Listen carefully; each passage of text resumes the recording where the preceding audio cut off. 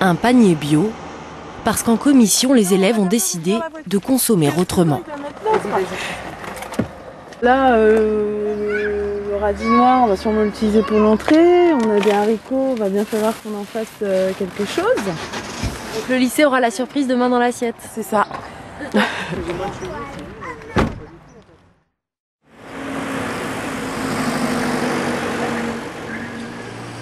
Manger ou pas au lycée, cela se décide dès le matin. Ah mais il est beau cet homme, il a la monnaie juste. 2,30 € le repas, 1,50 € le plat. Alors, vous empoisonnez avec quoi aujourd'hui? Des couilles, sauce caillou, avec une sauce...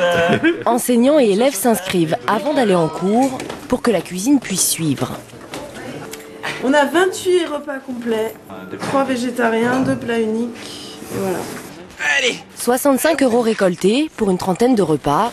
Chaque jour, une fois le menu établi, 2 élèves sont chargés d'une petite expédition au supermarché. On fait les courses au jour le jour pour que les gens soient pas sur un engagement de venir tous les midis et qu'ils soient pas emmerdés parce que souvent c'est des jeunes qui sont en appartement, etc.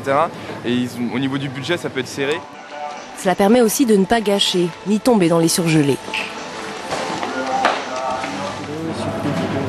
Bon bah on a tout. Ah, c'est 13 h. Oui, on avance. Pendant ce temps-là, on cogite dans ce qui s'appelle ici la réunion des départements. Élèves et professeurs débattent des ateliers qu'ils programmeront la prochaine quinzaine. La vie en ermitage. Il n'y a aucun atelier sur la religion, dit Julien. Mais oui, ce serait comprendre pourquoi l'homme est autant influencé par la religion, par les soi-disant dieux. Pourquoi? Ouais, on pourrait faire la religion expérimentale. Moi, je serais votre dieu. Tu serais notre déesse. Plus ou moins inspirés, les élèves proposent souvent des sujets surprenants, voire déroutants. Aujourd'hui, l'un d'eux s'intéresse au chamanisme. Pour moi, on peut le faire, quoi. Et ça peut être très collectif. Faire un stage de spiritualité, je ne vois pas du tout comment on peut faire. C'est relou. Eh, t'as lavé tes petites mimines? Mais non, mais putain, je ferme ma blouse là. De leur côté, nos cuisiniers finissent d'éplucher. À 16-17 ans, on ne sait pas forcément cuisiner. Des élèves qui apprennent à couper, à éplucher. Ça crée d'autres rapports. On n'est plus sur le vous madame, attention, faut faire attention, etc. Du coup, ça permet d'être plus libre au niveau de l'expression.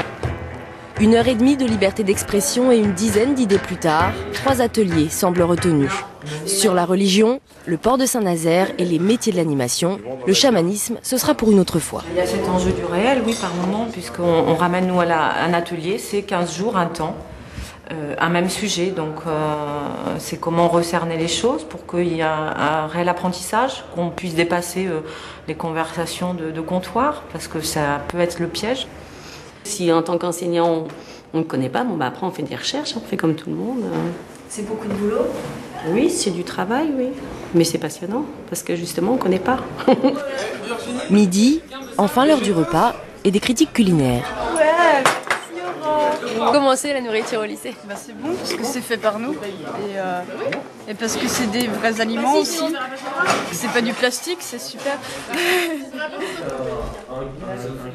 École des temps modernes, les élèves mangent bio et pensent écolo. Pour cet atelier, ils se sont fixés un défi, concevoir une habitation autosuffisante. J'ai mon poêle qui est là et j'ai 2 tuyaux qui partent comme ça. Et où ils sont où? Dans le sol? Ben, ça marche pas, hein. Pour l'évacuation des fumées de cheminée, il y a un angle que tu peux pas dépasser. Ah ouais? Ouais.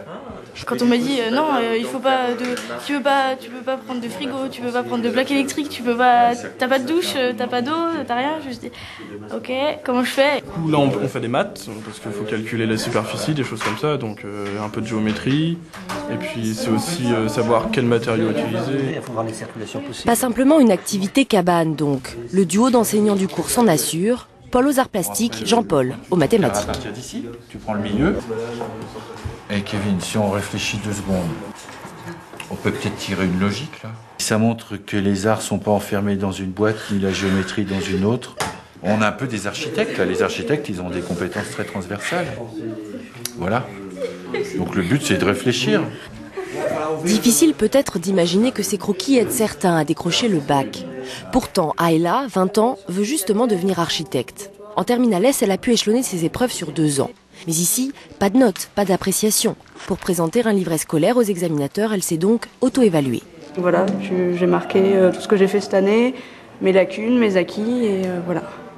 Et ils vous font confiance sur votre auto-évaluation ? Ça, je sais pas, faudrait leur demander à eux, mais pour justement qu'il y ait un peu plus de valeur, ça a été approuvé par mon groupe de suivi. J'hésite pas à marquer que là, j'ai eu un manque de travail, ou là, voilà, j'essaye d'être juste. Le bac, c'est dans quelques semaines, mais ici, on apprend surtout à prendre le temps, à être honnête avec soi-même.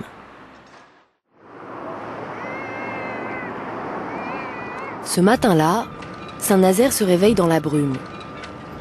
Une semaine a passé et au lycée, la fin des ateliers approche. Un peu embrumés aussi les élèves du tango. Apparemment, de nombreux apprentis danseurs ont fait l'impasse aujourd'hui. Je suis allée téléphoner à quelques personnes, tout le monde n'a pas répondu. Certains ont répondu en disant visite à la bourre. J'en ai même réveillé un qui me dit « Ah mince, il est déjà 8h30 ». Donc, Ça arrive qu'il faille s'adapter, mais on essaie au maximum que tout le monde soit là. Voilà, en faisant comprendre que un groupe il ne peut fonctionner que si tous les membres du groupe sont là, bien sûr. Il va pourtant falloir avancer. Chaque fin de quinzaine, les groupes doivent présenter leur travail au reste de la communauté. C'était ça ? À peu près, ouais. On avait du mal sur le tour, ouais. Heureusement, des renforts finissent par arriver. Ah bah elle est là, super. qu'est-ce qui s'est passé ce matin? Rien, mon portable il a pas sonné et donc on m'a appelé. Et je suis arrivé un peu en retard. Je suis encore la tête dans le cul. Pour l'instant, le groupe tango ne sait pas encore comment il dansera devant les autres.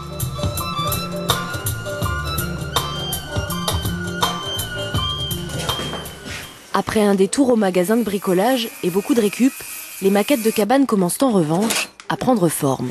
Mais en fait, j'ai voulu faire une maison dans un pays chaud, donc en bois, avec beaucoup de lumière. Alors moi du coup j'étais parti sur une maison en demi-cercle, la chambre ici, le lavabo, il doit y avoir un poêle ici. Et du coup en fait mon toit est incliné à 3% pour récupérer les autres pluies en fait. Et j'aurai une éolienne qui délivre 2500 kWh quand il y a plus de 35 km/h devant. Ça. Mais après il faut consommer peut-être 3 fois moins qu'un Français moyen. Donc voilà, donc j'éteindrai mes lumières tout le temps et je m'éclairerai peut-être à la bougie. Pause déjeuner, les profs ont déserté l'atelier, pas les élèves. Kevin, 20 ans, vient d'intégrer le lycée. Après un échec en bac pro et 2 ans de déscolarisation, il semble retrouver une motivation. Là, dans un lycée traditionnel, je ne serais jamais venu le midi rester à continuer mon atelier. Donc on a envie de faire notre projet à nous sans que ce soit pour les profs en même temps.